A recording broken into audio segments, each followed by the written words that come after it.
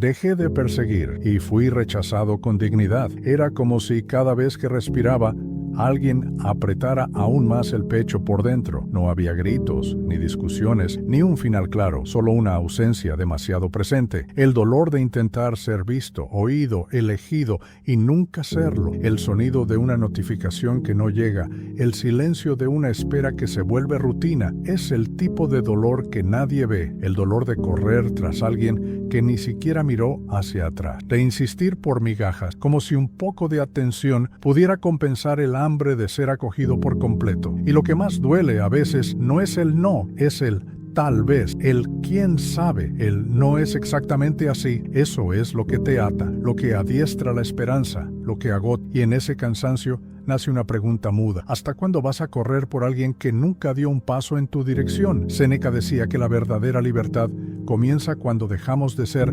rehenes del deseo ajeno. Y yo lo entendí el día en que dejé de implorar por presencia, el día en que me di cuenta de que mendigar afecto no era prueba de amor, sino señal de olvido de uno mismo, que seguir insistiendo en puerta cerrada, esperando que un golpe más fuerte convenza a alguien de abrirla, solo prolonga el dolor de no ser bienvenido. Marco Aurelio escribió que la dignidad no depende del otro, que incluso en el rechazo es posible mantener lo que es tuyo por dentro, y ese día elegí parar, no porque dejara de sentir, sino porque empecé a verme, a oírme, a escucharme en silencio. Duele parar, duele mucho, duele más que correr, pero es otro tipo de dolor, un dolor que revela, que muestra lo que siempre estuvo allí, encubierto por la ansiedad de ser amado. Y en ese dolor nace algo extraño, algo como un hilo de dignidad, algo como una vela que aprende a arder sola en la oscuridad, sin público, sin retorno, sin promesa de ser vista, simplemente arde en silencio. Y quizás así es como se empieza a reencontrar uno mismo,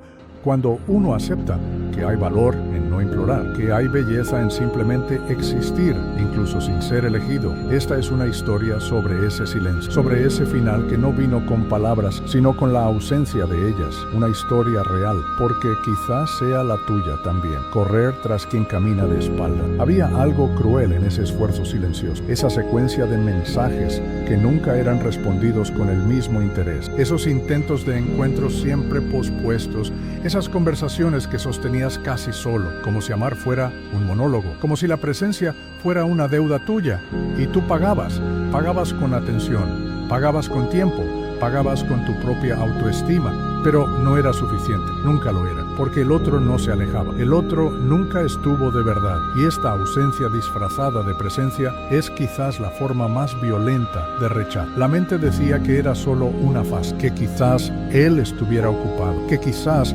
ella estuviera confundida. El corazón intentaba justificar cada demora, cada silencio, cada ausencia, como si encontrar excusas para la indiferencia fuera más fácil que enfrentar el abandono, como si decir, él no me ama, fuera más doloroso que seguir esperando. La verdad, sin embargo, era simple y tajante. Corrías tras alguien que ya estaba de espalda, y por más rápido que fueras, nunca te vería, porque nunca miró. Este tipo de rechazo es invisible. Nadie lo ve, porque técnicamente todavía se hablan, no ha terminado. Él nunca dijo que no quería, pero tú lo sientes en la falta de reciprocidad, en el vacío después de cada encuentro, en el cansancio que viene después de cada intento de conexión. Y esto te va carcomiendo lentamente, va apagando tu luz, te hace dudar si eres digno de ser querido, cuando en realidad el error nunca fue querer demasiado.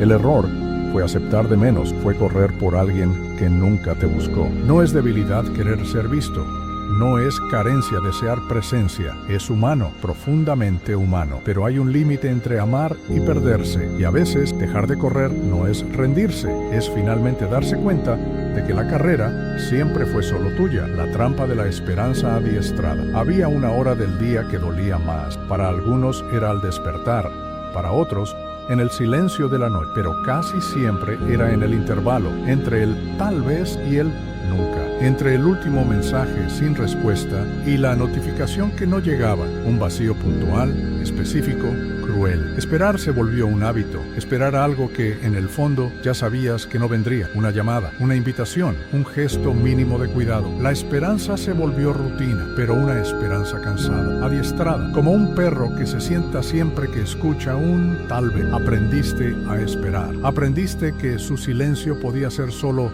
su forma de ser, que su falta de atención era una fase. Aprendiste que insistir era una forma de amar, que si aguantabas un poco más, quizás serías recompensado, quizás serías elegido, quizás esta vez sería suficiente. Y entonces esperabas y te anulabas, y te moldeabas, y te disminuía, como si el amor fuera algo que se conquista por merecimiento, como si bastara con hacer todo bien para, al fin, recibir lo que siempre fue básico: presencia, interés, afecto. Pero el afecto verdadero no exige sacrificio continuo, acoge, llega sin que necesites lastimarte para recibirlo. El problema es que cuando uno se acostumbra a las migajas, empieza a creer que eso es lo que vale, que quizás solo así el otro se quede. Y es en ese momento cuando el vacío se instala, porque incluso cuando aparece, sigues sintiéndote solo. Incluso cuando responde, sigues sintiéndote ignorado, porque la ausencia no es física, es emocional, y no hay presencia eventual que cure el abandono. Séneca decía que el tiempo es el bien más precioso, y cuando gastas ese tiempo esperando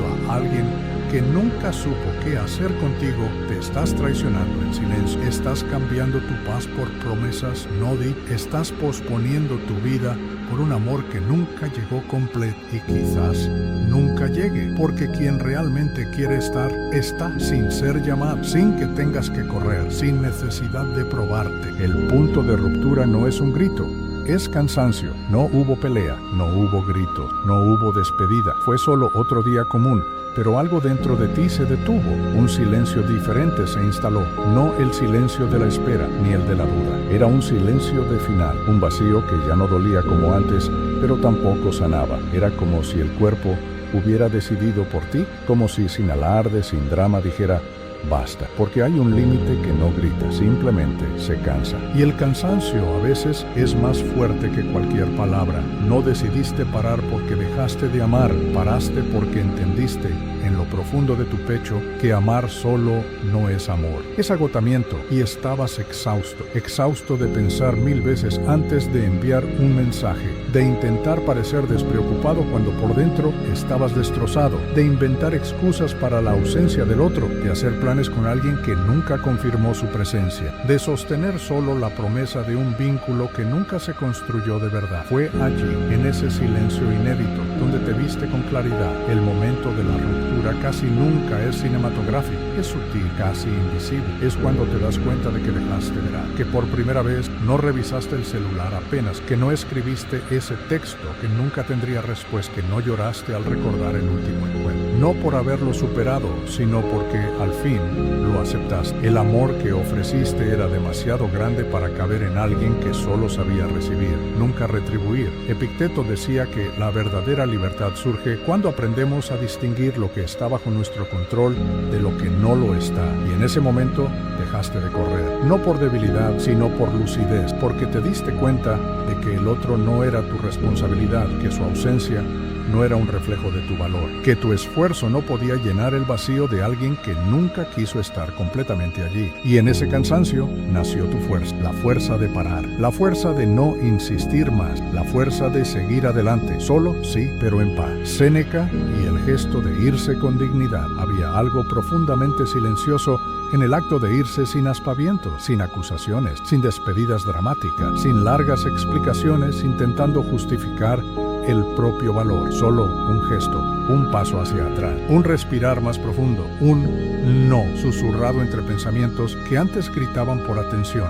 Eso fue lo que pasó. No hubo público, no hubo aviso, solo una decisión interna tranquila y firme, el tipo de decisión que nadie aplaude, pero que lo cambia todo por dentro. Fue cuando entendiste lo que Séneca decía: es señal de sabiduría dejar lo que nos disminuye, aunque duela. No fue fácil, no lo es, porque irse, en este caso, no es salir de un lugar, es salir de un papel. El papel de quien siempre intenta, de quien siempre comprende, de quien soporta lo insoportable con la esperanza de un gesto de vuelta. Dejaste de ser esa persona, no porque te endureciste, sino porque te viste, porque te percibiste demasiado encorvado, demasiado pequeño, demasiado callado, y entendiste que dignidad no es orgullo herido, es amor propio de pie. Es cuando te eliges a ti mismo, incluso con el corazón apretado. La dignidad en este contexto no viene viene de la forma en que te niegas a vengar, a dramatizar, a rebajarte. Viene del silencio con que te retira, de la calma que nace cuando decides no perderte tratando de probarte.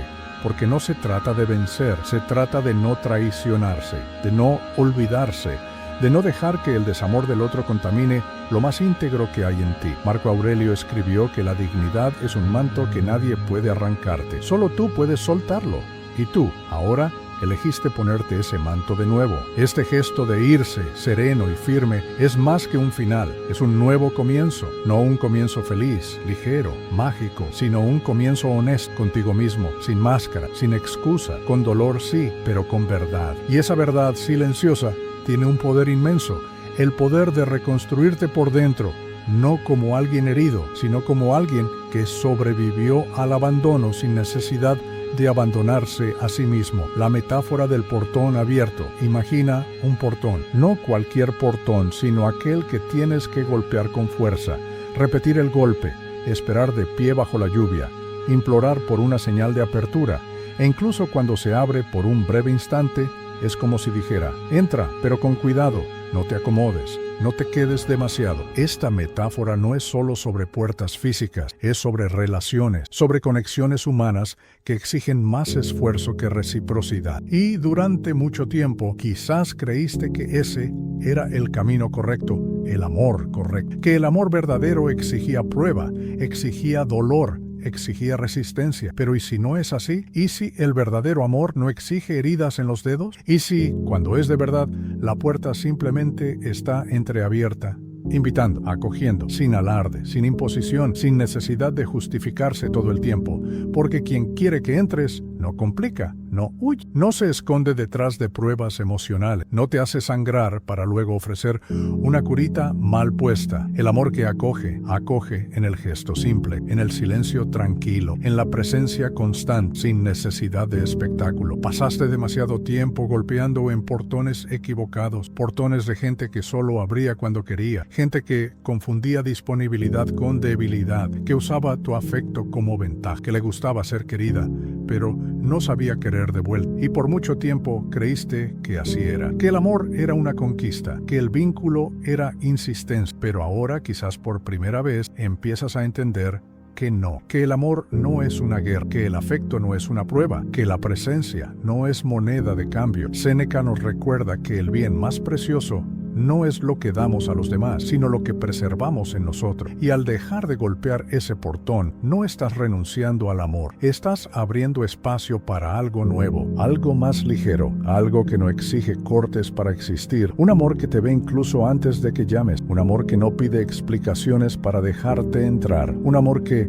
como un portón ya abierto, simplemente está allí, esperando, quieto, firme, listo para acoger a quien viene íntegro, no a quien llega en pedazos. Ser dejado puede ser el inicio de ser reencontrado por uno mismo. El rechazo tiene un sonido propio, no es el sonido de una puerta que se cierra de golpe, ni de alguien diciendo adiós, es más como un eco que repite día tras día lo que no fue dicho, lo que no fue sentido de vuelta. Y ese eco se queda dentro de uno, va llenando los espacios vacíos con dudas, con culpa, con esa pregunta insistente, ¿qué me faltó para ser elegido? Pero la verdad es que muchas veces no falta nada. Solo sobra entrega donde no hay reciprocidad. Y el dolor de ser dejado no es solo por la ausencia del otro, es por la pérdida de la imagen que construiste de ti mismo a su lado. La imagen de alguien que quizás creyó demasiado. Epicteto decía, no es lo que nos sucede, sino cómo reaccionamos a lo que nos sucede. Y en ese instante comienza el cambio. Porque ser dejado puede ser devastador, pero también puede ser un portal, un corte que, en lugar de destruir, revela dónde ponías tu valor. Revela que quizás mediste tu importancia por el reflejo en ojos que nunca te vieron por completo. Y esa revelación no viene con ira, viene con una tristeza lúcida, un dolor que, al fin, enseña que el amor propio comienza donde termina la ilusión de necesitar ser elegido para existir. Séneca completaría, quien se conoce no se vende por migajas. Y esta frase que parece dura, es en realidad un abrazo, un recordatorio de que tu historia no comienza ni termina con quien se fue. Continúa, reinicia, con más silencio, con más cuidado, con más verdad. Y este reencuentro contigo mismo no es inmediato, no es fácil, pero es profundo. Comienza el día en que dejas de probarte para quien nunca te vio, el día en que ya no necesitas explicarte, el día en que el silencio que antes hería comienza a tener sentido. La reconstrucción no viene con aplausos, ni con garantías, viene con pequeñas decisiones diarias, como elegir dormir sin esperar ese mensaje, como decidir no responder a lo que antes te ataba, como mirarte al espejo y reconocer poco a poco a alguien que está volviendo, no la misma persona de antes, sino alguien más íntegro, alguien más tranquilo, alguien que aprendió que, por más que el amor duela, no tiene por qué ser dolor, y que la dignidad, esa palabra tan olvidada, es el puente entre la herida y la paz. Si hoy te sientes rechazado, no corras, no implores, solo respira. Escucha el eco por un instante. Luego,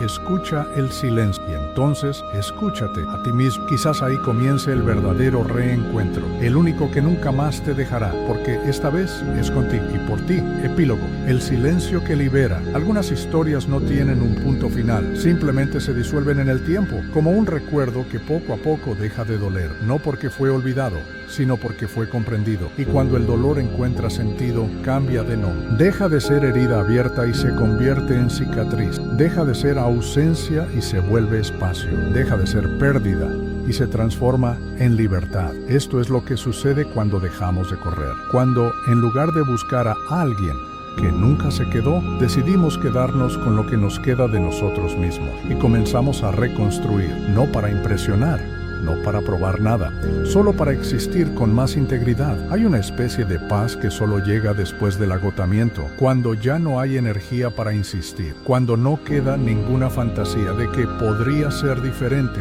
Es en este suelo crudo, en este vacío tan honesto, donde el estoicismo encuentra refugio, porque no promete finales felices, no ofrece atar, simplemente enseña que todo lo que necesitas ya está aquí, en tu control, en tu respiración, en tu capacidad de permanecer sereno, incluso cuando el mundo a tu alrededor no tiene sentido. Y esa serenidad no es frialdad, es presencia, es madurez emocional. Lo que antes era una carrera se convirtió en silencio. Lo que antes era desesperación se convirtió en una pausa. Y ahora, cuando recuerdas todo lo que viviste, quizás todavía duela, pero duele diferente, duele con dignidad, porque ahora sabes que amar no es arrastrarse, que esperar no es olvidarse de uno mismo, que querer a alguien no puede costar tu paz y que a veces el mayor acto de amor es irse, es rechazar menos de lo que uno merece, es dejar de mendigar migajas emocionales, porque lo que tú ofreces, presencia, escucha, afecto, vale mucho. Y quien no reconoce eso,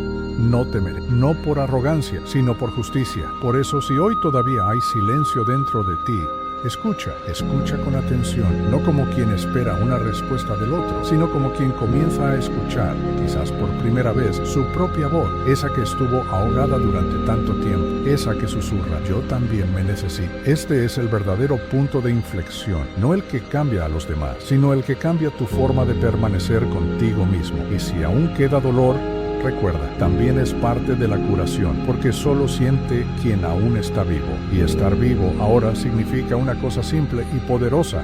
Has vuelto a casa, dentro de ti, y aquí nadie más puede dejarte.